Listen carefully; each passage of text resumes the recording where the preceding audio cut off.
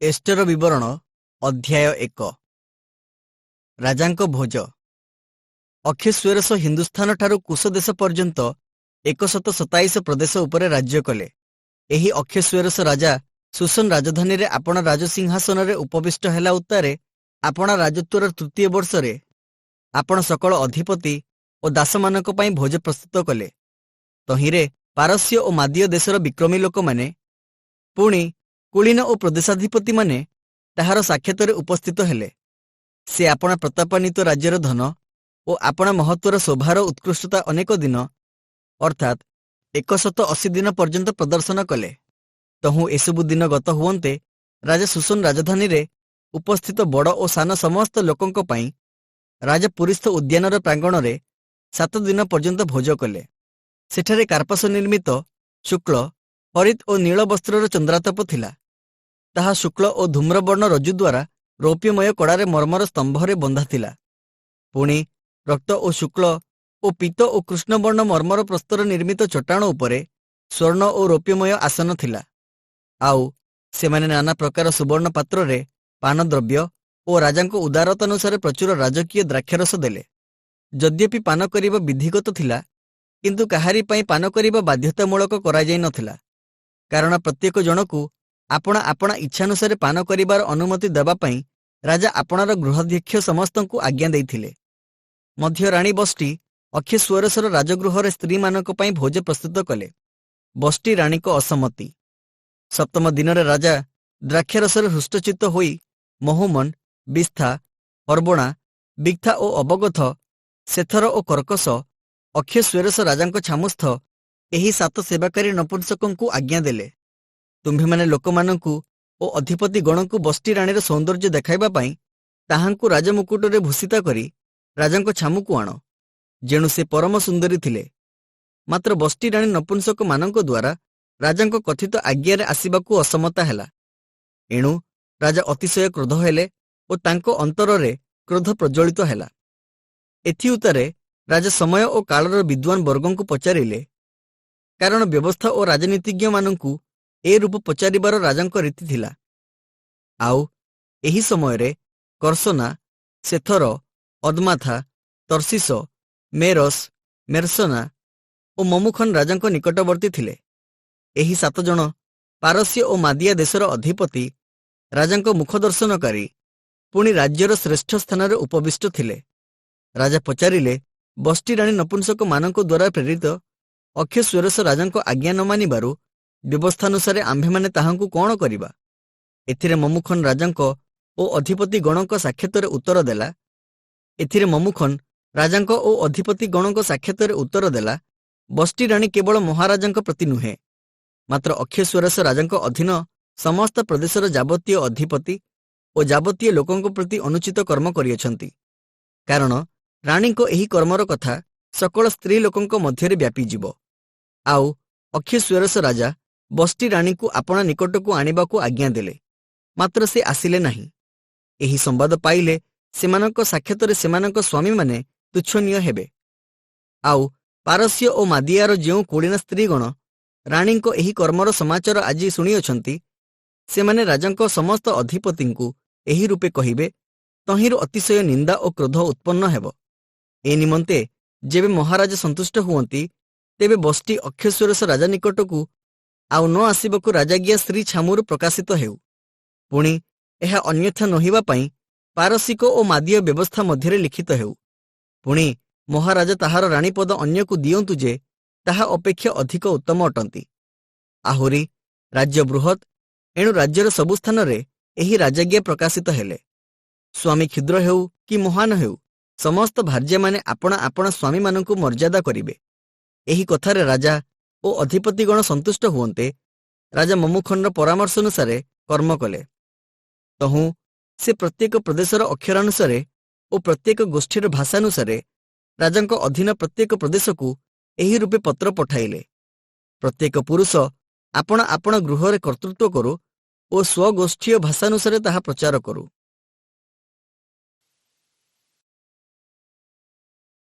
Easter ବିବରଣ ଅଧ୍ୟାୟ 2 ରାଣୀ ରୂପେ ଏଷ୍ଟର ମନୋନୀତା। ଏହିସବୁ ଘଟଣା ଉତ୍ତାରେ ଅକ୍ଷେଶ୍ୱରସ ରାଜାଙ୍କ କ୍ରୋଧ ଶାନ୍ତ ହୁଅନ୍ତେ ସେ ବଷ୍ଟିକୁ ଓ ତାହାର କାର୍ଯ୍ୟ ଓ ତାହା ପ୍ରତିକୂଳରେ ପ୍ରଦତ୍ତ ଆଜ୍ଞା ସ୍ମରଣ କଲେ।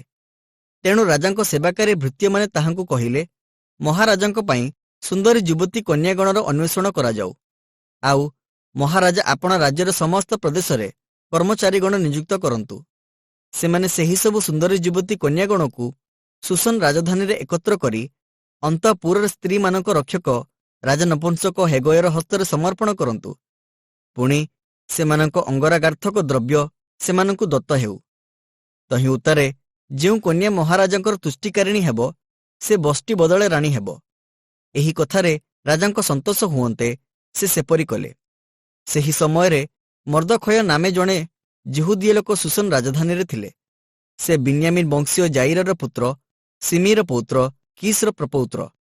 ଯେଉଁ ଲୋକମାନେ ଜିହୁଦର ରାଜା ଜିକୋନିୟ ସହିତ ବାବିଲର ରାଜା ନବୁଖଦ୍ନେସ୍ସର ଦ୍ୱାରା ନିର୍ବାସିତ ହୋଇଥିଲେ, ସେମାନଙ୍କ ସହିତ କିସ୍ ଜିରୁସାଲାମଠାରୁ ନିର୍ବାସିତ ହୋଇଥିଲେ।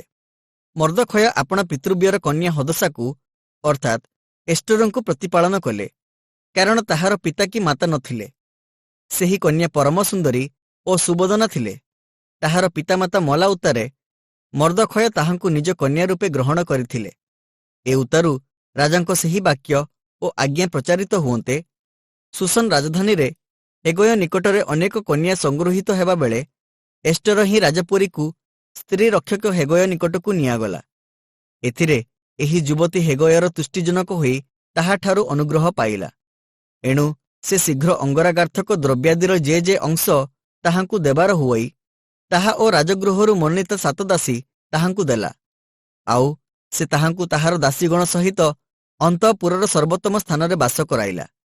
ମାତ୍ର ଏଷ୍ଟର ଆପଣା ବଂଶ କି କୁଟୁମ୍ବର ପରିଚୟ କାହାକୁ ଦେଲେ ନାହିଁ, କାରଣ ମର୍ଦ୍ଦଖୟ ତାହା ନ ଜଣାଇବାକୁ ତାହାଙ୍କୁ ଆଜ୍ଞା କରିଥିଲେ।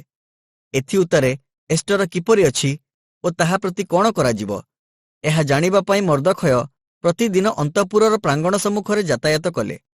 ପୁଣି 12 ମାସ ପର୍ଯ୍ୟନ୍ତ ସ୍ତ୍ରୀ ଲୋକଙ୍କ ନିୟମିତ ସେବା ପାଇଲା ଉତ୍ତାରେ ଅକ୍ଷେଶ୍ୱରସ ରାଜା ନିକଟକୁ ଏକ କନ୍ୟାର ଯିବାର ପାଳି ଉପସ୍ଥିତ ହେଲା, କାରଣ ସେମାନଙ୍କ ଅଙ୍ଗ ସଂସ୍କାରରେ ଏତେ ଦିନ ଲାଗିଲା, ଅର୍ଥାତ୍ 6 ମାସ ଗନ୍ଧରସର ତୈଳ ଓ 6 ମାସ ସୁଗନ୍ଧି ଓ ସ୍ତ୍ରୀ ଲୋକଙ୍କ ଅଙ୍ଗରାଗାର୍ଥକ ଦ୍ରବ୍ୟ ସେବନ କରିବାକୁ ହେଲା।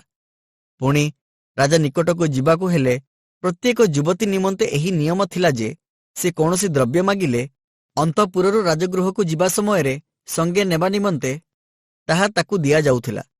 ସେ ସନ୍ଧ୍ୟାକାଳରେ ଯାଇ ପ୍ରଭାତରେ ଉପପତ୍ନୀ ଗଣର ରକ୍ଷକ ରାଜନପୁଂସକ ଶାସଗସର ନିକଟକୁ ଦ୍ୱିତୀୟ ଅନ୍ତଃପୁରକୁ ଫେରିଆସିଲେ।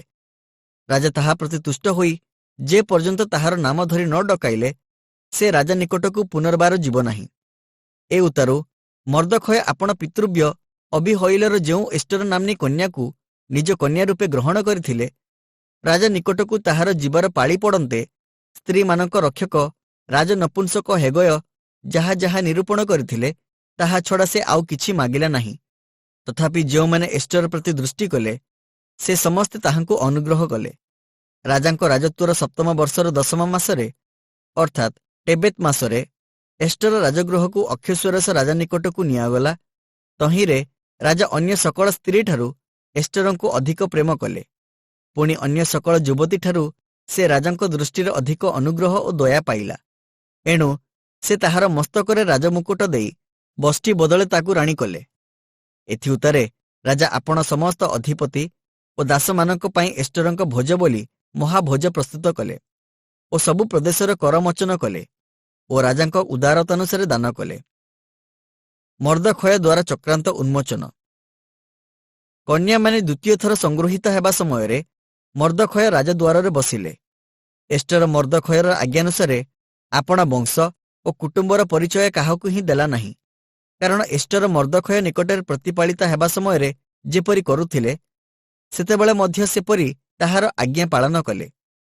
ସେହି ସମୟରେ ମର୍ଦ୍ଦଖୟ ରାଜଦ୍ୱାରରେ ବସିବା ବେଳେ ଦ୍ୱାରପାଳମାନଙ୍କ ମଧ୍ୟରେ ବିକ୍ଥନ ଓ ତେରସ ନାମରେ ରାଜଗୃହର 2 ନପୁଂସକ କ୍ରୁଦ୍ଧ ହୋଇ ଅକ୍ଷେଶ୍ୱରସ ରାଜାକୁ ବଧ କରିବାକୁ ଚେଷ୍ଟା କଲେ। ମାତ୍ର ମର୍ଦ୍ଦଖୟ ଏହା ଜାଣି ଏଷ୍ଟର ରାଣୀଙ୍କୁ ଜଣାଇଲେ। ପୁଣି ଏଷ୍ଟର ମର୍ଦ୍ଦଖୟ ନାମ ନେଇ ରାଜାଙ୍କୁ ତାହା ଜଣାଇଲେ।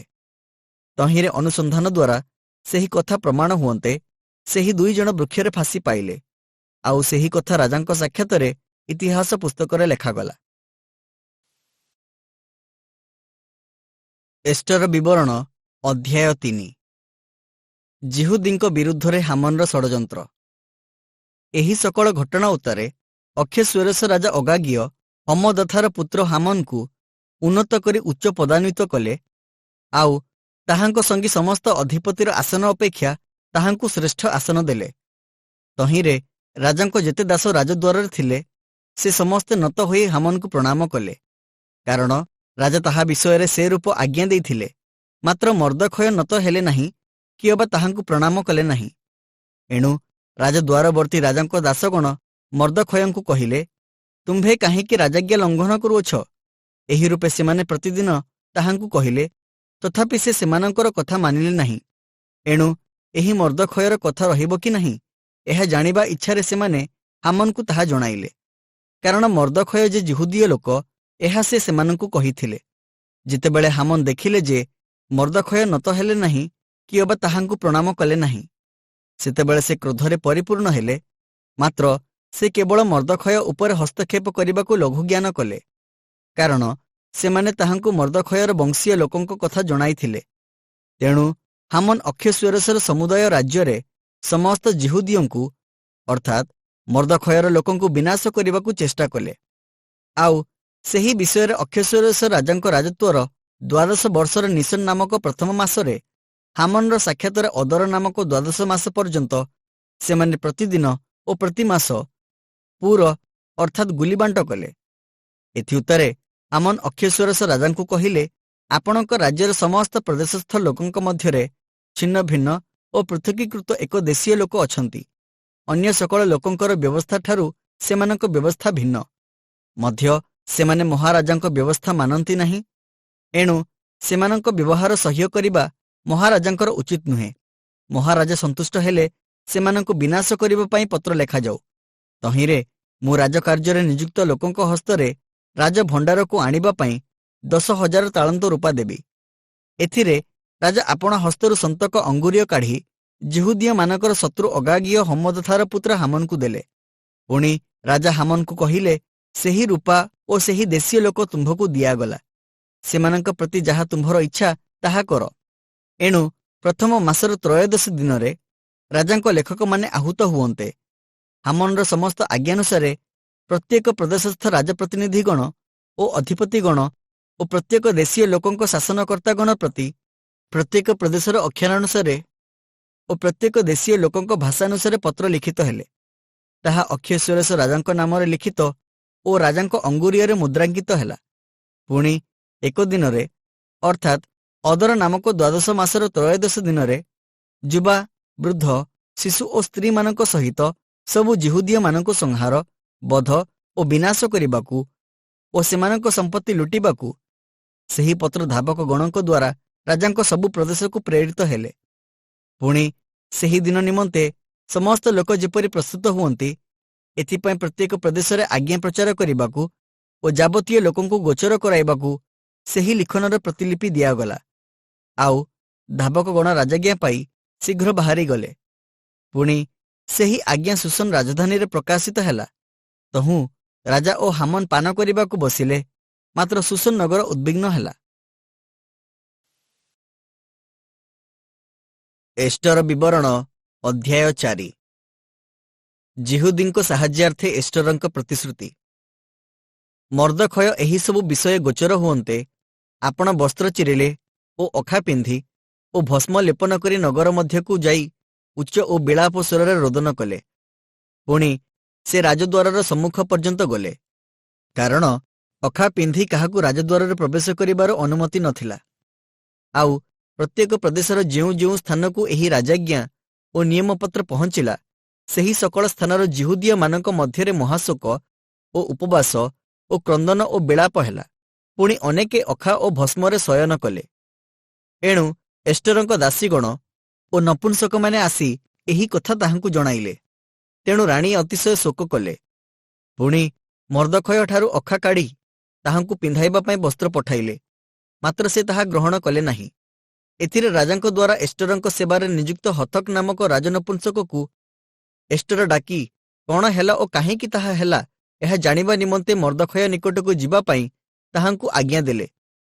तहिंरे हथक राजद्वार सम्मुखस्थ नगरर छकबंदी स्थान रे मर्दखय निकटकू गले। पुणी मर्दखय आपना प्रति जहा जहा घटिथिला ओ जिहुदीय मानकू विनाश करिबा निमंते हामन राजभंडार रे ठीक जेते मुद्रा देबाकू प्रतिज्ञा करिथिले ताहा ताहांकू कहिले। आहुरी मध्य सेमानंको विनाशार्थे जेउ आज्ञापत्र सुसन रे दत्त होइथिला तहिंर एक प्रतिलिपि एस्टरंकू देखाई ज्ञात कराइबाकू देले। आउ एस्टर जेपरी आपणा लोकंक पई राजांको छामरे प्रवेश करी तांको निकटरे निवेदन ओ अनुरोध करिबे एपरी आदेश करिबाकू कहिले। तहु हथक आसी मर्दखयर कथा एस्टरंकू जणाइले। ए उतारू एस्टर हथकू एही कथा कही मर्दखय निकटकू जिबा पई आज्ञा कले। जथा बिना डाकरारे पुरुष कि स्त्री जे केही भितर प्रांगणकू राजांको निकटकू जाए ताहार प्राणदंड हेबार एकमात्र आज्ञा अछि। केवल जहा प्रति राजा स्वर्णमय राजदंड बढ़ांती सेही बंचे। एहा राजांकर सबु दास ओ राजांकर सबु प्रदेशस्थ लोक जानती। मात्र आजकू 30 दिन हेला मु राजांको निकटकू जिबा पई डाकरा पाई नाही। सेमाने एस्टरंको एही कथा मर्दखयंकू कहिले। तेणु मर्दखय एस्टरंकू एही प्रत्युत्तर देबाकू सेमानंकू कहिले। सबु जिहुदीय मानक मध्यरु केवल तुम्भे राजगृहरे थिबारु जे रक्षा पाइब एहा मनरे भाब नाही। जेबे तुम्भे एही समयरे सर्वतो भावे नीरव होई रुह तेबे अन्य कौनसी स्थानरू जिहुदीय मानकर उपकार ओ उद्धार उत्पन्न हेब। मात्र तुम्भे ओ तुम्भ पितृवंश विनष्ट हेब। किए जाने तुम्भे एपरि समय निमंते राज्य पाइअछ। एथिरे एस्टर मर्दखयंकू एही प्रत्युत्तर देबाकू सेमानंकू कहिले। तुम्भे जाई सुसनरे उपस्थित समस्त जिहुदीय लोकंकू एकत्र करी मो निमंते उपवास कर। पुणी 3 दिन जाए दिनरे किएबा रात्रि रे किछि भोजन कर नाही ओ किछि पान कर नाही। मध्य मु ओ मोहर दासीगण तद्रूप उपवास करिबु। तहु व्यवस्थानुजाई नहिले हें मु राजांको निकटकू जिबि तहिरे मु विनष्ट हेले विनष्ट हेबि। तेणु मर्दखय चाली जाई एस्टरंको समस्त आज्ञानुसारे कर्म कले। एस्टर विवरण अध्याय 5। एस्टरंक भोज। ए उतारू तृतीय दिन एस्टर राजकीय वस्त्र पिंधि राजगृहर भितर प्रांगणरे राजगृह सम्मुखरे ठिया हेले।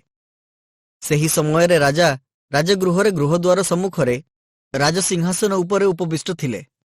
एथिरे राजा एस्टर राणीଙ୍କୁ प्रांगणरे ठिया हेबार देखिले। पुणी एस्टर राजांको दृष्टिरे अनुग्रह पाइबारु राजा एस्टर प्रति आपण हस्तस्थित सुवर्ण दंड बढ़ाइले। तेणु एस्टर निकटकू आसी राजदंडर अग्रभाग छुईले। पुणी राजा ताहांकू पचारिले, आगो एस्टर राणी तुम्भर की बांछा ओ की प्रार्थना? अर्धेक राज्य पर्यंत हेले हें ताहा तुम्भकू दत्त हेब। एस्टर उत्तर कले, जेबे महाराजांको दृष्टिरे भल दिसे तेबे मु आपणक पई जेउ भोज प्रस्तुत करिअछि महाराज ओ हामन आजि सेही भोजकू आगमन करंतु। एथिरे राजा कहिले, एस्टरंको कथानुसारे शीघ्र कर्म करिबा पई हामनकू कुह। एथि उतारे राजा ओ हामन एस्टरंको प्रस्तुत भोजकू आसिले। एथिरे राजा भोजरे द्राक्षरस पान करिबा बेले एस्टरंकू कहिले, तुम्भर निवेदन कौन? ताहा तुम्भकू दत्त हेब। पुणी तुम्भर प्रार्थना कौन? अर्धेक राज्य पर्यंत हेले हें ताहा सिद्ध हेब। तहिंरे एस्टर उत्तर देले, मोहर निवेदन ओ प्रार्थना एही, मु जेबे महाराजांको दृष्टिरे अनुग्रह पाइअछि पुणी मोहर निवेदनीय विषय देबाकू ओ प्रार्थना सिद्ध करिबाकू जेबे महाराज तुष्ट हुअंती तेबे मु जेउ भोज आपणा मानक निमंते प्रस्तुत करिबि तहिंकि महाराज ओ हामन आसंतु। मु काली महाराजंको आज्ञानुसारे कहिबि। मर्दखयंकू फांसी देबाकू हामनर षड़यंत्र। तहिंरे सेही दिन हामन आनंदित ओ हृष्टचित्त होई बाहरकू गला। मात्र हामन राजद्वारे आपण सम्मुखरे मर्दखयंकू उठी ठिया न हेबार कि अब प्रणाम न करिबार देखि से मर्दखय विरुद्धरे क्रोधरे परिपूर्ण हेले। तथापि हामन आपणा क्रोध संभाळी गृहकू गला। पुणी आपण मित्रगणकू ओ आपण भार्य सेरसकू डकाई आनिले। आउ हामन आपण धन ओ ऐश्वर्यर कथा ओ बहु संतान मानक कथा ओ राजा किपरि ताहार पदवृद्धि करिअछंती ओ किपरि ताहांकू आपण अधिपति मानक ओ दासमानक उपरे आसन देइअछंती एही सबु विषय सेमानंकू सुणाइले। हामन आहुरी कहिले, एस्टर राणी आपण प्रस्तुत भोजकू मो बिनु आउ काहाकू राजांको संगे जिबाकू देई नाहांती। ପୁଣି କାଲିକି ମୁଁ ରାଜାଙ୍କ ସଙ୍ଗେ ତାଙ୍କ ଦ୍ୱାରା ନିମନ୍ତ୍ରିତ ହୋଇଅଛି। ମାତ୍ର ଯେ ପର୍ଯ୍ୟନ୍ତ ମୁଁ ଜିହୁଦୀୟ ମର୍ଦ୍ଦଖୟଙ୍କୁ ରାଜଦ୍ୱାରରେ ବସିବାର ଦେଖୁଥିବି, ସେ ପର୍ଯ୍ୟନ୍ତ ଏହିସବୁରେ ମୋହର କିଛି ଫଳ ନାହିଁ। ତେଣୁ ତାହାର ଭାର୍ଯ୍ୟା ସେରସ୍ ଓ ମିତ୍ର ସମସ୍ତେ ତାହାଙ୍କୁ କହିଲେ, 50 ହାତ ଉଚ୍ଚ ଏକ ଫାଶୀ କାଠ ପ୍ରସ୍ତୁତ କରାଯାଉ। ପୁଣି ମର୍ଦ୍ଦଖୟଙ୍କୁ ତହିଁରେ ଫାଶୀ ଦେବା ପାଇଁ କାଲି ପ୍ରାତଃକାଳେ ରାଜାଙ୍କୁ କୁହ, ତହିଁ ଉତ୍ତର ହୃଷ୍ଟ ହୋଇ ରାଜାଙ୍କ ସହିତ ଭୋଜକୁ ଯାଅ। ଏହି କଥାରେ ହାମନ୍ ସନ୍ତୁଷ୍ଟ ହୋଇ ସେହି ରୂପ ଫାଶୀ କାଠ ପ୍ରସ୍ତୁତ କରାଇଲେ। ଏଷ୍ଟର ବିବରଣ ଅଧ୍ୟାୟ 6। ମର୍ଦ୍ଦଖୟ ରାଜାଙ୍କ ଦ୍ୱାରା ସମ୍ମାନିତ। ସେହି ରାତ୍ରିରେ ରାଜା ଶୋଇପାରିଲେ ନାହିଁ। ଏଣୁ ସେ ସ୍ମରଣୀୟ ଇତିହାସ ପୁସ୍ତକ ଆଣିବାକୁ ଆଜ୍ଞା ଦେଲେ। ପୁଣି ତାହା ରାଜାଙ୍କ ସାକ୍ଷାତରେ ପାଠ କରାଗଲା। ତହିଁରେ ଏହି ଲିଖିତ କଥା ଦେଖାଗଲା, ରାଜାଙ୍କ ନପୁଂସକ ବିଗ୍ଥନ୍ ଓ ତେରସ୍ ନାମକ 2 ଜଣ ଦ୍ୱାରପାଳ ଅକ୍ଷଶ୍ୱେରସ ରାଜାଙ୍କୁ ବଧ କରିବାକୁ ଚେଷ୍ଟା କରିଥିବାରୁ ମର୍ଦ୍ଦଖୟ ତହିଁର ସମ୍ବାଦ ଦେଇଥିଲେ। ଏଣୁ ରାଜା ପଚାରିଲେ, ଏଥିପାଇଁ ମର୍ଦ୍ଦଖୟଙ୍କୁ କି ପ୍ରକାର ସମ୍ମାନ ଓ ଉଚ୍ଚପଦ ଦିଆଯାଇଅଛି? ରାଜାଙ୍କ ସେବାକାରୀ ଦାସମାନେ କହିଲେ, ତାହାଙ୍କ ପାଇଁ କିଛି କରାଯାଇ ନାହିଁ। ତହୁଁ ରାଜା ପଚାରିଲେ, ପ୍ରାଙ୍ଗଣରେ କିଏ ଅଛି? ଏହି ସମୟରେ ହାମନ୍ ଆପଣା ପ୍ରସ୍ତୁତ ଫାଶୀ କାଠରେ ମର୍ଦ୍ଦଖୟଙ୍କୁ ଫାଶୀ ଦେବା ପାଇଁ ରାଜାକୁ କହିବା ନିମନ୍ତେ ରାଜଗୃହର ବାହାର ପ୍ରାଙ୍ଗଣକୁ ଆସିଥିଲେ। ତେଣୁ ରାଜାଙ୍କ ଦାସମାନେ ତାହାଙ୍କୁ କହିଲେ, ଦେଖନ୍ତୁ, ହାମନ୍ ପ୍ରାଙ୍ଗଣରେ ଠିଆ ହୋଇଅଛି। ତେବେ ରାଜା କହିଲେ, ସେ ଭିତରକୁ ଆସୁ। ତହିଁରେ ହାମନ୍ ଭିତରକୁ ଆସନ୍ତେ ରାଜା ତାହାଙ୍କୁ କହିଲେ, ରାଜା ଯାହାକୁ ସମ୍ମାନ କରିବାକୁ ତୁଷ୍ଟ ହୁଅନ୍ତି, ତାହା ପ୍ରତି କ'ଣ କରାଯିବ? ହାମନ୍ ମନେ ମନେ ଭାଳିଲେ, ରାଜା ମୋ ବିନୁ ଆଉ କାହାକୁ ସମ୍ମାନ କରିବାକୁ ଅଧିକ ତୁଷ୍ଟ ହେବେ? ଏଣୁ ହାମନ୍ ରାଜାଙ୍କୁ ଉତ୍ତର ଦେଲା, ମହାରାଜ ଯାହାକୁ ସମ୍ମାନ କରିବାକୁ ତୁଷ୍ଟ ହୁଅନ୍ତି, ତାହା ପାଇଁ ମହାରାଜଙ୍କ ପରିଧେୟ ରାଜକୀୟ ବସ୍ତ୍ର ଓ ମହାରାଜଙ୍କ ଆରୋହଣର ରାଜମୁକୁଟ ଭୂଷିତ ଅଶ୍ୱ ଅଣାଯାଉ। ଆଉ ସେହି ବସ୍ତ୍ର ଓ ଅଶ୍ୱ ମହାରାଜଙ୍କର ଏକ ପ୍ରଧାନ ଅଧିପତିର ହସ୍ତରେ ଦିଆଯାଉ। ପୁଣି ମହାରାଜ ଯାହାକୁ ସମ୍ମାନ କରିବାକୁ ତୁଷ୍ଟ ହୁଅନ୍ତି, ତାହାଙ୍କୁ ସେମାନେ ସେହି ରାଜବସ୍ତ୍ର ପିନ୍ଧାଉନ୍ତୁ ଓ ସେହି ଅଶ୍ୱରେ ଆରୋହଣ କରାଇ ନଗର ଦାଣ୍ଡରେ ତାହାର ଆଗେ ଆଗେ ଏହା ଘୋଷଣା କରନ୍ତୁ, ମହାରାଜ ଯାହାର ସମ୍ମାନରେ ତୁଷ୍ଟ ହୁଅନ୍ତି, ତାହା ପ୍ରତି ଏ ରୂପ କରାଯାଏ। ଏଥିରେ ରାଜା ହାମନ୍କୁ କହିଲେ, ତୁମ୍ଭେ ଏହା ଶୀଘ୍ର କର। ଯେପରି କହିଲ, ସେପରି ସେହି ବସ୍ତ୍ର ଓ ସେହି ଅଶ୍ୱ ଘେନି ରାଜଦ୍ୱାରରେ ଉପବିଷ୍ଟ ଜିହୁଦୀୟ ମର୍ଦ୍ଦଖୟ ପ୍ରତି କର। ତୁମ୍ଭେ ଯେ ସକଳ କଥା କହିଅଛ, ତହିଁରୁ କିଛି ହିଁ ଊଣା କର ନାହିଁ। ତେଣୁ ହାମନ୍ ସେହି ବସ୍ତ୍ର ଓ ଅଶ୍ୱ ନେଇ ମର୍ଦ୍ଦଖୟଙ୍କୁ ବସ୍ତ୍ରାନ୍ୱିତ କଲେ ଓ ଅଶ୍ୱାରୋହଣ କରାଇ ନଗରର ଦାଣ୍ଡରେ ବୁଲାଇଲେ। ପୁଣି ମହାରାଜ ଯାହାକୁ ସମ୍ମାନ କରିବାକୁ ତୁଷ୍ଟ ହୁଅନ୍ତି, ତାହା ପ୍ରତି ଏରୂପ କରାଯାଏ। ଏହି କଥା ତାହାର ଆଗେ ଆଗେ ଘୋଷଣା କଲେ। ଏ ଉତ୍ତାରୁ ମର୍ଦ୍ଦଖୟ ପୁନର୍ବାର ରାଜଦ୍ୱାରକୁ ଆସିଲେ। ମାତ୍ର ହାମନ୍ ଶୋକାନ୍ୱିତ ହୋଇ ଓ ମସ୍ତକ ଢାଙ୍କି ଆପଣା ଗୃହକୁ ଶୀଘ୍ର ଗଲେ। ପୁଣି ହାମନ୍ ଆପଣା ପ୍ରତି ଘଟିତ ଏହି ସମସ୍ତ କଥା ଆପଣା ଭାର୍ଯ୍ୟା ସେରସ୍କୁ ଓ ଆପଣାର ସମସ୍ତ ମିତ୍ରଙ୍କୁ କହିଲେ। ତହିଁରେ ତାହାଙ୍କର ଜ୍ଞାନୀ ଲୋକମାନେ ଓ ତାହାଙ୍କ ଭାର୍ଯ୍ୟା ସେରସ୍ ତାହାଙ୍କୁ କହିଲେ, ଯାହା ସାକ୍ଷାତରେ ତୁମ୍ଭର ଏହି ପତନର ଆରମ୍ଭ ହୋଇଅଛି, ସେ ମର୍ଦ୍ଦଖୟ ଯେବେ ଜିହୁଦୀ ବଂଶୀୟ ଲୋକ ହୁଏ, ତେବେ ତୁମ୍ଭେ ତାହାଙ୍କୁ ଜୟ କରିପାରିବ ନାହିଁ। ମାତ୍ର ତାହାର ସାକ୍ଷାତରେ ନିତାନ୍ତ ପତିତ ହେବ। ସେମାନେ ତାହା ସହିତ ଏରୂପ କଥାବାର୍ତ୍ତା କରୁ କରୁ ରାଜନପୁଂସକମାନେ ଆସି ଏଷ୍ଟରଙ୍କ ପ୍ରସ୍ତୁତ ଭୋଜକୁ ଆମନକୁ ନେବା ପାଇଁ ଚଞ୍ଚଳ ହେଲେ। ଏଷ୍ଟର ବିବରଣ ଅଧ୍ୟାୟ 7। ହାମନ୍ର ମୃତ୍ୟୁଦଣ୍ଡ। ଏହି ରୂପେ ଏଷ୍ଟର ରାଣୀ ସହିତ ରାଜା ଓ ହାମନ୍ ଭୋଜନ କରିବାକୁ ଉପସ୍ଥିତ ହେଲେ। ରାଜା ସେହି ଦ୍ୱିତୀୟ ଦିନ ଦ୍ରାକ୍ଷରସ ପାନ କରିବା ବେଳେ ଏଷ୍ଟରଙ୍କୁ ପୁନର୍ବାର କହିଲେ, ଆଗ ଏଷ୍ଟର ରାଣୀ, ତୁମ୍ଭର ନିବେଦନ କ'ଣ ଓ ତୁମ୍ଭର ପ୍ରାର୍ଥନା କ'ଣ, ତାହା ଅର୍ଦ୍ଧେକ ରାଜ୍ୟ ପର୍ଯ୍ୟନ୍ତ ହେଲେ ହେଁ ସିଦ୍ଧ କରାଯିବ। ତେଣୁ ଏଷ୍ଟର ରାଣୀ ଉତ୍ତର ଦେଇ କହିଲେ, ହେ ମହାରାଜ, ମୁଁ ଯେବେ ଆପଣଙ୍କ ଦୃଷ୍ଟିରେ ଅନୁଗ୍ରହ ପାଇଅଛି, ଆଉ ଯେବେ ମହାରାଜ ସନ୍ତୁଷ୍ଟ ହୁଅନ୍ତି, ତେବେ ମୋହର ନିବେଦନ ଅନୁସାରେ ମୋ ପ୍ରାଣ ଓ ମୋ ପ୍ରାର୍ଥନା ଅନୁସାରେ ମୋ ଲୋକମାନେ ମୋତେ ଦିଆଯାଉନ୍ତୁ। କାରଣ ଆମ୍ଭେମାନେ, ମୁଁ ଓ ମୋହର ଲୋକମାନେ ସଂହାରିତ ଓ ହତ ଓ ବିନଷ୍ଟ ହେବା ନିମନ୍ତେ ବିକୃତ ହୋଇଅଛୁ। ଯଦି ଆମ୍ଭେମାନେ କେବଳ ଦାସ ଓ ଦାସୀ ହେବା ପାଇଁ ବିକୃତ ହୋଇଥାନ୍ତୁ, ତେବେ ଶତ୍ରୁ ମହାରାଜଙ୍କର ଏହି କ୍ଷତି ପରିଶୋଧ କରି ନ ପାରିଲେ ହେଁ ମୁଁ ନୀରବ ହୋଇ ରହନ୍ତି। ଏଥିରେ ଅକ୍ଷଶ୍ୱେରସ ରାଜା ଏଷ୍ଟର ରାଣୀଙ୍କୁ କହିଲେ, ଯେ ଏପରି କର୍ମ କରିବାକୁ ମନରେ ସାହସ ବାନ୍ଧିଅଛି, ସେ କିଏ ଓ ସେ କେଉଁଠାରେ ଅଛି? ଏଷ୍ଟର କହିଲେ, ଏହି ଦୁଷ୍ଟ ହାମନ୍ ଜଣେ ବିପକ୍ଷ ଓ ଶତ୍ରୁ ଅଟେ। ତହିଁରେ ରାଜା ଓ ରାଣୀଙ୍କ ସାକ୍ଷାତରେ ହାମନ ଭୀତ ହେଲେ। ଆଉ ରାଜା କ୍ରୋଧରେ ଦ୍ରାକ୍ଷରସ ପାନଶାଳାରୁ ଉଠି ରାଜଗୃହର ଉଦ୍ୟାନକୁ ଗଲା। ତହିଁରେ ରାଜା ଦ୍ୱାରା ଆପଣାର ଅମଙ୍ଗଳ ନିଶ୍ଚିତ ହୋଇଅଛି, ଏହା ଜାଣି ହାମନ ଏଷ୍ଟର ରାଣୀ ନିକଟରେ ଆପଣା ପ୍ରାଣ ମାଗିବାକୁ ଠିଆ ହେଲେ। ତେବେ ରାଜା ରାଜଗୃହର ଉଦ୍ୟାନରୁ ଦ୍ରାକ୍ଷରସ ପାନଶାଳାକୁ ଲେଉଟି ଆସିଲେ। ସେତେବେଳେ ଏଷ୍ଟର ଯେଉଁ ଆସନରେ ବସିଥିଲେ, ହାମନ ତହିଁ ଉପରେ ପଡ଼ିଥିଲେ। ତେଣୁ ରାଜା କହିଲେ, ଏ କ'ଣ ଗୃହ ମଧ୍ୟରେ ମୋ ସାକ୍ଷାତରେ ରାଣୀଙ୍କୁ ବଳାତ୍କାର କରିବ? ଏହି କଥା ରାଜା ମୁଖରୁ ବାହାରିବା ମାତ୍ର ଲୋକମାନେ ହାମନର ମୁଖ ଢାଙ୍କି ପକାଇଲେ। ଏଥିଉତ୍ତାରେ ରାଜାଙ୍କ ସାକ୍ଷାତରେ ଉପସ୍ଥିତ ହରବଣା ନାମକ ଏକ ନପୁଂସକ ରାଜାକୁ କହିଲେ, ଦେଖନ୍ତୁ, ମହାରାଜାଙ୍କ ପକ୍ଷରେ ହିତଜନକ ସମ୍ବାଦ ଦାୟୀ ମର୍ଦ୍ଦଖୟ ନିମନ୍ତେ ହାମନ 50 ହାତ ଉଚ୍ଚ ଫାଶୀ କାଠ ପ୍ରସ୍ତୁତ କରିଅଛି। ତାହା ହାମନର ଗୃହରେ ସ୍ଥାପିତ ହୋଇଅଛି। ରାଜା କହିଲେ, ତହିଁ ଉପରେ ଏହାକୁ ଫାଶୀ ଦିଅ। ଏଥିରେ ହାମନ ମର୍ଦ୍ଦଖୟ ନିମନ୍ତେ ଯେଉଁ ଫାଶୀ କାଠ ପ୍ରସ୍ତୁତ କରିଥିଲେ, ତହିଁ ଉପରେ ସେମାନେ ହାମନକୁ ଫାଶୀ ଦେଲେ। ତହିଁରେ ରାଜାଙ୍କ କ୍ରୋଧ ଶାନ୍ତ ହେଲା। ଏଷ୍ଟର ବିବରଣ ଅଧ୍ୟାୟ 8। ଏଷ୍ଟରଙ୍କ ଦ୍ୱାରା ଜିହୁଦୀଙ୍କ ଉଦ୍ଧାର। ସେହିଦିନ ଅକ୍ଷଶ୍ୱରସ ରାଜା ଏଷ୍ଟର ରାଣୀଙ୍କୁ ଜିହୁଦୀୟ ଲୋକମାନଙ୍କର ଶତ୍ରୁ ହାମନର ଗୃହାଦି ଦେଲା। ଆଉ ମର୍ଦ୍ଦଖୟ ରାଜାଙ୍କ ସାକ୍ଷାତରେ ଉପସ୍ଥିତ ହେଲେ, କାରଣ ମର୍ଦ୍ଦଖୟ ଆପଣାର କ'ଣ ହୁଏ ଏହା ଏଷ୍ଟର ଜଣାଇଥିଲେ।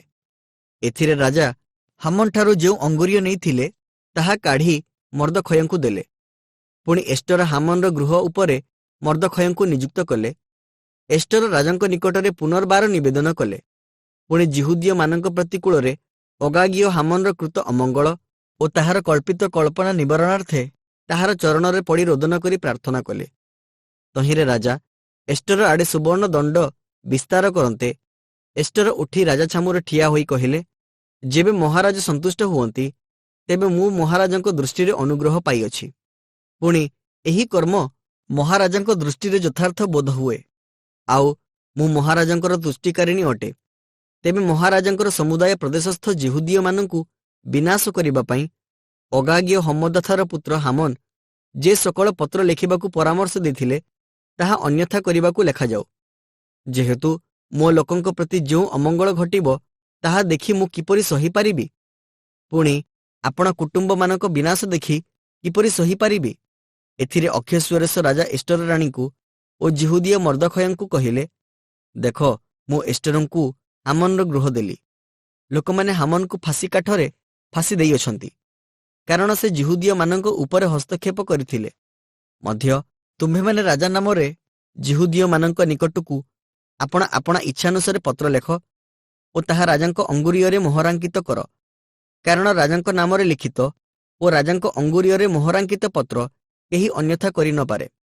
ତେଣୁ ତୃତୀୟ ମାସର ଅର୍ଥାତ୍ ସିବନ ମାସର 23 ଦିନରେ ରାଜାଙ୍କ ଲେଖକମାନେ ଆହୁତ ହୁଅନ୍ତେ, ମର୍ଦ୍ଦଖୟର ସକଳ ଆଜ୍ଞାନୁସାରେ ଜିହୁଦୀୟମାନଙ୍କ ନିକଟକୁ ଓ ହିନ୍ଦୁସ୍ଥାନଠାରୁ କୁଶ ଦେଶ ପର୍ଯ୍ୟନ୍ତ 127 ପ୍ରଦେଶାନ୍ତର୍ଗତ ପ୍ରତ୍ୟେକ ପ୍ରଦେଶର ଅକ୍ଷର ଅନୁସାରେ କ୍ଷିତିପାଳ ଓ ଶାସନକର୍ତ୍ତା ଓ ପ୍ରଦେଶାଧିପତିମାନଙ୍କ ନିକଟକୁ, ପୁଣି ପ୍ରତ୍ୟେକ ଗୋଷ୍ଠୀ କି ସେମାନଙ୍କ ଭାଷାନୁସାରେ, ଆଉ ଜିହୁଦୀୟ ଲୋକମାନଙ୍କ ନିକଟକୁ ସେମାନଙ୍କ ଅକ୍ଷର ଓ ଭାଷାନୁସାରେ ପତ୍ର ଲିଖିତ ହେଲା। ପୁଣି ସେ ରାଜା ଅକ୍ଷଶ୍ୱରସ ନାମରେ ଲେଖି ଓ ରାଜାଙ୍କ ଅଙ୍ଗୁରୀୟରେ ମୋହରାଙ୍କିତ କରି ଅଶ୍ୱଶାଳ ଜାତ ରାଜକୀୟ ଅଶ୍ୱବାହନରୂଢ଼ ଦ୍ରୁତଗାମୀ ଦୂତଗଣ ହସ୍ତରେ ପତ୍ର ପଠାଇଲା। ତଦ୍ୱାରା ଅକ୍ଷଶ୍ୱରସ ରାଜାଙ୍କ ସବୁ ପ୍ରଦେଶରେ ଏକ ଦିନରେ, ଅର୍ଥାତ୍ ଅଦର ନାମକ 12 ମାସର 13 ଦିନରେ, ପ୍ରତ୍ୟେକ ନଗରର ସବୁ ଜିହୁଦୀୟଙ୍କୁ ଏକତ୍ରିତ ହୋଇ ଆପଣା ଆପଣା ପ୍ରାଣ ରକ୍ଷାର୍ଥେ ଠିଆ ହେବାକୁ, ପୁଣି ଯେଉଁ ଗୋଷ୍ଠୀ ଓ ପ୍ରଦେଶ ସେମାନଙ୍କର ବିପକ୍ଷତା କରିବେ, ସେମାନଙ୍କ ସାମର୍ଥ୍ୟ ଓ ସେମାନଙ୍କ ବାଳକ ଓ ସ୍ତ୍ରୀ ସକଳକୁ ସଂହାର ଓ ବଧ ଓ ବିନାଶ କରିବାକୁ, ପୁଣି ସେମାନଙ୍କର ସମସ୍ତ ଦ୍ରବ୍ୟ ଲୁଟିବାକୁ ରାଜା ଅନୁମତି ଦେଲେ। ଆଉ ସେହି ଦିନ ଯେପରି ଜିହୁଦୀୟମାନେ ଆପଣମାନଙ୍କ ଶତ୍ରୁଗଣଠାରୁ ପରିଶୋଧ ନେବାକୁ ପ୍ରସ୍ତୁତ ହେବେ, ଏଥିପାଇଁ ପ୍ରତ୍ୟେକ ପ୍ରଦେଶରେ ଓ ସମୁଦାୟ ଲୋକଙ୍କ ନିକଟରେ ପ୍ରଚାରିତ ହେବା ନିମନ୍ତେ ସେହି ଆଜ୍ଞାପତ୍ରର ଏକ ପ୍ରତିଲିପି ଦିଆଗଲା। ତହିଁରେ ଦ୍ରୁତଗାମୀ ରାଜକୀୟ ଅଶ୍ୱାରୂଢ଼ ବାର୍ତ୍ତାବାହକମାନେ ରାଜଜ୍ଞାରେ ତ୍ୱରିତ ପ୍ରବର୍ତ୍ତିତ ହୋଇ ଚାଲିଗଲେ। ପୁଣି ସୁସନ ରାଜଧାନୀରେ ସେହି ଆଜ୍ଞା ପ୍ରକାଶିତ ହେଲା। ଏ ଉତ୍ତାରୁ ମର୍ଦ୍ଦଖୟ ନୀଳ ଓ ଶୁକ୍ଳବର୍ଣ୍ଣ ରାଜକୀୟ ବସ୍ତ୍ର ପିନ୍ଧି, ମସ୍ତକରେ ସୁବର୍ଣ୍ଣମୟ ବୃହତ୍ ମୁକୁଟ ଦେଇ, ସରୁ ଓ ଧୂମ୍ରବର୍ଣ୍ଣ ଉତ୍ତରୀୟ ବସ୍ତ୍ରରେ ବସ୍ତ୍ରାନ୍ୱିତ ହୋଇ ରାଜା ଛାମୁରୁ ବାହାରକୁ ଗଲ। ତହିଁରେ ସୁସନ ରାଜଧାନୀ ଆନନ୍ଦ ଓ ହର୍ଷନାଦରେ ପରିପୂର୍ଣ୍ଣ ହେଲା। ଆଉ ଜିହୁଦୀୟମାନଙ୍କର ଦୀପ୍ତି ଓ ଆନନ୍ଦ ଓ ହର୍ଷ ଓ ସମ୍ଭ୍ରମର ଉଦୟ ହେଲା। ପୁଣି ପ୍ରତି ପ୍ରଦେଶରେ ଓ ପ୍ରତି ନଗରରେ ଯେକୌଣସି ସ୍ଥାନରେ ରାଜାଜ୍ଞା ଓ ନିୟମପତ୍ର ଉପସ୍ଥିତ ହେଲା, ସେହି ସ୍ଥାନରେ ଜିହୁଦୀୟମାନଙ୍କର ଆନନ୍ଦ, ଆମୋଦ, ଭୋଜ ଓ ମଙ୍ଗଳର ଦିନ ହେଲା। ପୁଣି ଦେଶର ଅନେକ ଲୋକ ଜିହୁଦୀୟ ମତାବଲମ୍ବୀ ହେଲେ, ଯେହେତୁ ସେମାନେ ଜିହୁଦୀୟମାନଙ୍କ ସକାଶେ ଭୀତ ହେଲେ। ଏଷ୍ଟର ବିବରଣ ଅଧ୍ୟାୟ 9। ଜିହୁଦୀଙ୍କ ଶତ୍ରୁମାନଙ୍କର ବିନାଶ। ଏଥିମଧ୍ୟରେ ଅଦର ନାମକ ଦ୍ୱାଦଶ ମାସର ତ୍ରୟୋଦଶ ଦିନରେ ରାଜାଜ୍ଞା ଓ ନିୟମର କାର୍ଯ୍ୟକାରୀ ସମୟ ନିକଟ ହେଲା, ଅର୍ଥାତ୍ ଯେଉଁଦିନ ଜିହୁଦୀୟମାନଙ୍କ ଶତ୍ରୁଗଣ ସେମାନଙ୍କ ଉପରେ କର୍ତ୍ତୃତ୍ୱ କରିବାକୁ ଅପେକ୍ଷା କରିଥିଲେ, ସେହିଦିନ ଏପରି ବିପରୀତ ଘଟଣା ହେଲା ଯେ ଜିହୁଦୀୟମାନେ ଆପଣା ଘୃଣାକାରୀମାନଙ୍କ ଉପରେ କର୍ତ୍ତୃତ୍ୱ କଲେ। ସେତେବେଳେ ଜିହୁଦୀୟମାନେ ଆପଣାମାନଙ୍କ ହିଂସା ଚେଷ୍ଟାକାରୀଗଣ ଉପରେ ହସ୍ତକ୍ଷେପ କରିବାକୁ ଅକ୍ଷଶ୍ୱେରୋସ ରାଜାଙ୍କ ଯାବତୀୟ ପ୍ରଦେଶରେ ଆପଣା ଆପଣା ନଗରରେ ଏକତ୍ରିତ ହେଲେ। ପୁଣି ସେମାନଙ୍କ ସମ୍ମୁଖରେ କେହି ଠିଆ ହୋଇପାରିଲେ ନାହିଁ, କାରଣ ସମୁଦାୟ ଲୋକ ସେମାନଙ୍କ ସକାଶୁ ଭୀତ ହୋଇଥିଲେ। ଆଉ ପ୍ରଦେଶାଧିପତି ଓ କ୍ଷେତ୍ରିପାଳ ଓ ଶାସନକର୍ତ୍ତା ଓ ରାଜକର୍ମଚାରୀମାନେ ଜିହୁଦୀୟମାନଙ୍କର ସାହାଯ୍ୟ କଲେ, କାରଣ ମର୍ଦ୍ଦଖୟ ସକାଶେ ସେମାନେ ଭୟଭୀତ ହୋଇଥିଲେ, ଯେହେତୁ ମର୍ଦ୍ଦଖୟ ରାଜଗୃହ ମଧ୍ୟରେ ମହାନ ଥିଲେ ଓ ତାହାର ଯଶ ସର୍ବପ୍ରଦେଶରେ ବ୍ୟାପ୍ତ ହେଲା, କାରଣ ସେହି ମର୍ଦ୍ଦଖୟ ଅଧିକ ଶକ୍ତିଶାଳୀ ହେଲେ। ପୁଣି ଜିହୁଦୀୟମାନେ ଆପଣାମାନଙ୍କ ସମସ୍ତ ଶତ୍ରୁଙ୍କୁ ଖଡ଼୍ଗାଘାତ ଓ ସଂହାର ଓ ବିନାଶ କଲେ। ସେମାନେ ଆପଣାମାନଙ୍କ ଘୃଣାକାରୀଗଣ ପ୍ରତି ଯାହା ଇଚ୍ଛା ତାହା କଲେ। ଏହି ରୂପେ ଜିହୁଦୀୟମାନେ ସୁସନ ରାଜଧାନୀରେ 500 ଲୋକଙ୍କୁ ବଧ ଓ ବିନାଶ କଲେ। ପୁଣି ପର୍ସନ୍ଦାଥ ଓ ଦଲଫୋନ ଓ ଅସ୍ପାଥ ଓ ପୋରାଥ ଓ ଅଦଲିୟ ଓ ଅରିଦାଥ ଓ ପର୍ମସ୍ତ ଓ ଅରିସୟ ଓ ଅରିଦୟ ଓ ବୈସାଥ, ଜିହୁଦୀୟମାନଙ୍କର ଶତ୍ରୁ ହମଦାଥର ପୁତ୍ର ହାମନର ଏହି 10 ପୁତ୍ରଙ୍କୁ ସେମାନେ ବଧ କଲେ। ମାତ୍ର ଲୁଟ କରିବାକୁ ସେମାନେ ହସ୍ତକ୍ଷେପ କଲେ ନାହିଁ।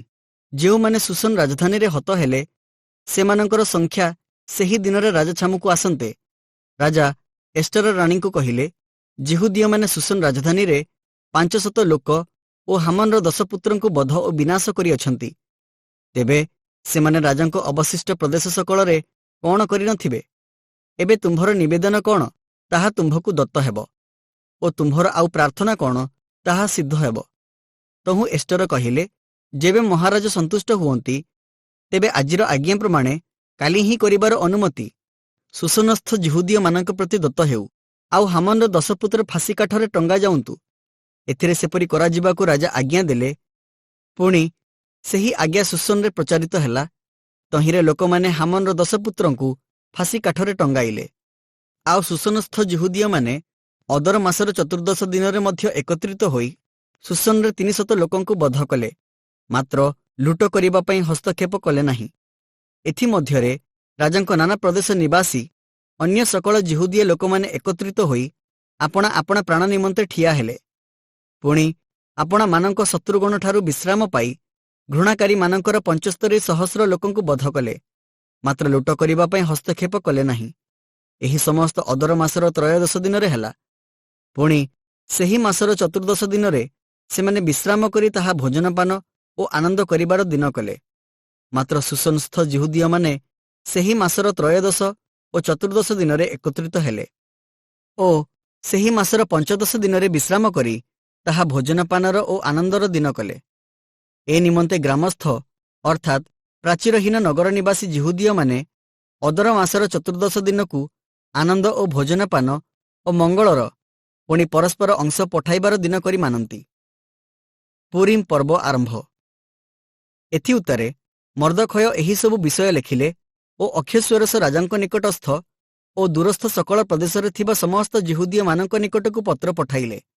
ଆଉ ଯେଉଁ 2 ଦିନ ଜିହୁଦୀୟମାନେ ଆପଣାମାନଙ୍କ ଶତ୍ରୁଗଣଠାରୁ ବିଶ୍ରାମ ପାଇଲେ, ପୁଣି ଯେଉଁ ମାସରେ ସେମାନଙ୍କର ଦୁଃଖ ସୁଖରେ ଓ ଶୋକ ମଙ୍ଗଳ ଦିନରେ ପରିଣତ ହେଲା, ପ୍ରତିବର୍ଷ ସେହି ମାସର ସେହି 2 ଦିନ ଅର୍ଥାତ୍ ଅଦର ମାସର ଚତୁର୍ଦ୍ଦଶ ଓ ପଞ୍ଚଦଶ ଦିନକୁ ସେମାନେ ଯେପରି ଭୋଜନପାନ ଓ ଆନନ୍ଦର ଓ ପରସ୍ପର ଅଂଶ ଓ ଦରିଦ୍ରମାନଙ୍କ ନିକଟକୁ ଦାନ ପ୍ରେରଣ କରିବାର ଦିନ କରି ମାନିବେ, ଏହି ଆଜ୍ଞା ଦେଲେ।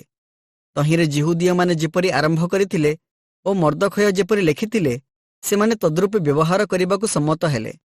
କାରଣ ସମୁଦାୟ ଜିହୁଦୀୟ ଲୋକର ଶତ୍ରୁ ଅଗାଗୀୟ ହମଦାଥାର ପୁତ୍ର ହାମନ ସେମାନଙ୍କୁ ବିନାଶ କରିବାର ସଂକଳ୍ପ କରି ସେମାନଙ୍କୁ ଲୁପ୍ତ ଓ ବିନାଶ କରିବା ପାଇଁ ପୁର ଅର୍ଥାତ୍ ଗୁଲିବାଣ୍ଟ କରିଥିଲେ। ମାତ୍ର ରାଜା ଛାମୁକୁ ଆସନ୍ତେ ସେ ଏହି ଆଜ୍ଞାପତ୍ର ଦେଲା, ହାମନ ଜିହୁଦୀୟମାନଙ୍କ ବିରୁଦ୍ଧରେ ଯେଉଁ ଦୁଷ୍ଟ ସଂକଳ୍ପ କରିଅଛି ତାହା ତାହାର ନିଜ ମସ୍ତକରେ ବର୍ତ୍ତୁ। ପୁଣି ସେ ଓ ତାହାର ପୁତ୍ରମାନେ ଫାଶୀ କାଠରେ ଟଙ୍ଗା ଯାଉନ୍ତୁ। ଏ ନିମନ୍ତେ ପୁର ନାମାନୁସାରେ ସେହି 2 ଦିନର ନାମ ପୁରିମ୍ ହେଲା। ପୁଣି ସେହି ପତ୍ରର ସକଳ କଥା ସକାଶୁ ଓ ସେ ବିଷୟରେ ଯାହା ସେମାନେ ଦେଖିଥିଲେ ଓ ସେମାନଙ୍କ ପ୍ରତି ଯାହା ଘଟିଥିଲା ତହିଁ ସକାଶୁ ଜିହୁଦୀୟମାନେ ଆପଣାମାନଙ୍କର ଓ ଆପଣା ଆପଣା ବଂଶର ଓ ଜିହୁଦୀ ମତାବଲମ୍ବୀଗଣର କର୍ତ୍ତବ୍ୟ ବୋଲି ଏହା ସ୍ଥିର କଲେ ଯେ ତତ୍ସମ୍ପର୍କୀୟ ଲିଖିତ ଆଜ୍ଞା ଓ ନିରୂପିତ ସମୟାନୁସାରେ ସେମାନେ ବର୍ଷକୁ ବର୍ଷ ଏହି 2 ଦିନ ପାଳନ କରିବେ ଓ କୌଣସି ରୂପେ ତାହା ଲୋପ କରିବେ ନାହିଁ। ଆଉ ସମସ୍ତ ପୁରୁଷ ପରମ୍ପରାରେ ପ୍ରତ୍ୟେକ ବଂଶରେ ଓ ପ୍ରତ୍ୟେକ ପ୍ରଦେଶରେ ଓ ପ୍ରତ୍ୟେକ ନଗରରେ ସେହି 2 ଦିନ ସ୍ମରଣ ଓ ପାଳନ କରାଯିବ। ପୁଣି ଏହି ପୁରିମ୍ ଦିନ ଜିହୁଦୀୟମାନଙ୍କ ମଧ୍ୟରୁ ଲୋପ ପାଇବ ନାହିଁ ଓ ସେମାନଙ୍କ ବଂଶ ମଧ୍ୟରୁ ସେହି 2 ଦିନର ସ୍ମରଣ ଲୁପ୍ତ ହେବ ନାହିଁ। ଅବିହଇଲର କନ୍ୟା ଏଷ୍ଟର ରାଣୀ ଓ ଜିହୁଦୀୟ ମର୍ଦ୍ଦଖୟ ପୁରିମ୍ ଦିନ ବିଷୟକ ଏହି 2ୟ ପତ୍ର ସ୍ଥିରକରଣାର୍ଥେ ସମ୍ପୂର୍ଣ୍ଣ କ୍ଷମତା ସହିତ ଲେଖିଲେ। ପୁଣି ଜିହୁଦୀୟ ମର୍ଦ୍ଦଖୟ ଓ ଏଷ୍ଟର ରାଣୀ ଜିହୁଦୀୟମାନଙ୍କ ନିମନ୍ତେ ଉପବାସ ଓ କ୍ରନ୍ଦନ ବିଷୟକ ଯେଉଁ ଆଜ୍ଞା ଦେଇଥିଲେ ଓ ସେମାନଙ୍କର ଆପଣାମାନଙ୍କ ପାଇଁ ଓ ଆପଣମାନଙ୍କ ବଂଶ ପାଇଁ ଯାହା ସ୍ଥିର କରିଥିଲେ ତଦନୁସାରେ ମର୍ଦ୍ଦଖୟ ନିରୂପିତ କାଳରେ ପୁରିମ୍ର ସେହି 2 ଦିନର ପାଳନ ସ୍ଥିର କରିବା ନିମନ୍ତେ ଅକ୍ଷଶ୍ୱେରୋସ ରାଜାଙ୍କ ଅଧୀନସ୍ଥ 127 ପ୍ରଦେଶରେ ଥିବା ସମସ୍ତ ଜିହୁଦୀୟମାନଙ୍କ ନିକଟକୁ ଶାନ୍ତି ଓ ସତ୍ୟ ବାକ୍ୟଯୁକ୍ତ ପତ୍ର ପ୍ରେରଣ କଲେ। ଏହି ରୂପେ ଏଷ୍ଟରଙ୍କ ଆଜ୍ଞା ଦ୍ୱାରା ପୁରିମ୍ ଦିନର ବିଧି ସ୍ଥିରୀକୃତ ହେଲା ଓ ତାହା ପୁସ୍ତକରେ ଲେଖାଗଲା।